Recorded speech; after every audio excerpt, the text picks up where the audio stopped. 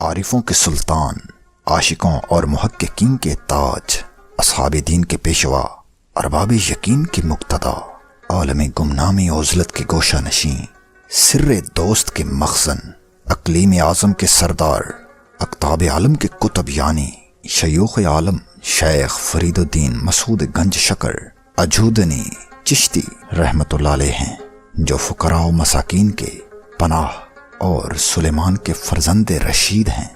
آپ تجرید عشق و بقائے شوق و ذوق اور کلام محبت کے اشارات و رموز میں بے نظیر زمانہ اور اپنے عہد دولت مہد میں یگانہ تھے۔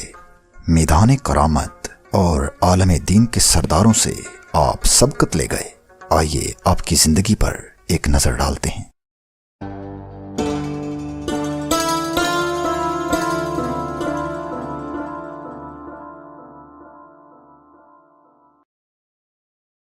آپ کا پورا نام فرید الدین مسعود گنج شکر فاروقی چشتی رحمت اللہ علیہ ہے۔ آپ کا اصل نام مسعود ہے جو آپ کے والدین نے رکھا، مگر آپ کا جو نام مشہور ہوا وہ فرید ہے۔ فرید کا معنی یکتا موتی کے ہیں۔ آپ کی مثال بھی اولیاء کرام میں سے ایک خاص موتی کی طرح ہے۔ آپ جب حضرت بابا فرید الدین عطار رحمت اللہ علیہ سے پہلی بار ملے تو سب سے پہلے انہوں نے ہی آپ کو فرید کہہ کر پکارا، تاہم یہ نام آپ کو فرید الدین عطار رحمت اللہ علیہ سے ملا۔ بابا کا نام آپ کو حضرت قطب الدین بختیار کاکی رحمت اللہ علیہ سے عطا ہوا۔ فاروقی آپ کے نام کے ساتھ اس لیے لگایا جاتا ہے کیونکہ آپ حضرت عمر فاروق رضی اللہ عنہ کی اولاد میں سے ہیں۔ آپ کو گنج شکر کیوں کہا جاتا ہے؟ بہت سے لوگ یہ سوال پوچھتے ہیں۔ گنج اور شکر یہ دونوں فارسی زبان کے الفاظ ہیں۔ گنج کا معنی خزانہ اور شکر کا معنی میٹھی چیز جیسے چینی وغیرہ کے ہیں۔ آپ کا نام گنج شکر پڑھنے کی کئی روایات ملتی ہیں۔ ان میں سے ایک یہ ہے، کہتے ہیں کہ ایک دفعہ ایک تاجر اونٹوں پر شکر لے جا رہا تھا۔ حضرت بابا فرید رحمت اللہ علیہ نے اس سے پوچھا کہ اس میں کیا ہے؟ اس تاجر نے سوچا کہ اگر اس آدمی کو میں سچ بتا دوں گا تو ہو سکتا ہے یہ مجھ سے شکر مانگ لے، اس لیے اس نے جھوٹ بولتے ہوئے کہا اس میں نمک ہے۔ آپ نے فرمایا اچھا پھر نمک ہی ہوگا۔ جب وہ تاجر اپنے ٹھکانے پر پہنچا اور وہاں جا کر اونٹوں سے شکر کے بورے اتارے اور ان کو کھول کر دیکھا تو اس میں شکر کی بجائے نمک تھا۔ یہ دیکھ کر وہ سکتے میں آ گیا اور سوچنے لگا کہ یہ کیسے ممکن ہو سکتا ہے۔ پھر اسے یاد آیا کہ میں نے فلاں مقام پر ایک بزرگ سے جھوٹ بولا تھا، یقیناً وہ کوئی کامل بزرگ تھا، اسی لیے یہ شکر نمک میں تبدیل ہو گئی۔ تاہم وہ فوراً واپس آیا اور آ کر آپ سے معذرت کرنے لگا اور معافی مانگی۔ پھر آپ نے اسے فرمایا کہ تم اونٹوں پر جو لے جا رہے تھے وہ کیا تھا؟ اس نے کہا شکر تھی۔ آپ نے فرمایا اچھا تو پھر شکر ہی ہوگی۔ بس جب اس نے جا کر بورے کھولے تو دیکھا کہ ان کے اندر شکر ہے۔ سبحان اللہ۔ جو دوسری روایت ملتی ہے اس کے مطابق آپ نے جب اپنے مرشد کے کہنے پر تہ کا روزہ رکھا اور افطار کے وقت آپ نے کھانا کھایا تو اس سے آپ کے پیٹ میں شدید درد ہونے لگی اور آپ کو قے آ گئی، جس سے سارا کھانا باہر نکل گیا۔ شدید بھوک کی وجہ سے آپ نڈھال ہو کر زمین پر گر پڑے۔ اسی دوران آپ نے زمین پر ادھر ادھر ہاتھ مارا اور آپ کے ہاتھ میں چند کنکریاں آ گئیں۔ ان کو آپ نے جیسے ہی منہ میں ڈالا تو وہ میٹھی شکر کی طرح ہو گئیں۔ آپ نے انہیں تھوک دیا اور پھر اسی طرح دوبارہ کیا۔ مسلسل 3 دفعہ جب ایسے ہوا تو آپ نے ان کنکریوں کو کھا لیا۔ پھر جب آپ کے مرشد آئے تو آپ نے سارا واقعہ ان سے بیان فرمایا۔ یہ سن کر آپ کے مرشد کہنے لگے کہ فرید الدین تو گنج شکر ہے، لہٰذا اس نسبت سے آپ کا نام گنج شکر پڑ گیا۔ اور جب آپ لوگوں میں گئے تو جس طرف بھی جاتے ہر کوئی آپ کو گنج شکر کہہ کر پکارتا۔ خاندانی پس منظر کی بات کی جائے تو آپ کے آباء و اجداد کابل کے شاہی خاندان سے تعلق رکھتے ہیں۔ آپ کے دادا حضرت شیخ شعیب رحمت اللہ علیہ چنگیز خان کے حملے کے بعد کابل سے ہجرت کر کے لاہور تشریف لے آئے۔ پھر اس کے بعد آپ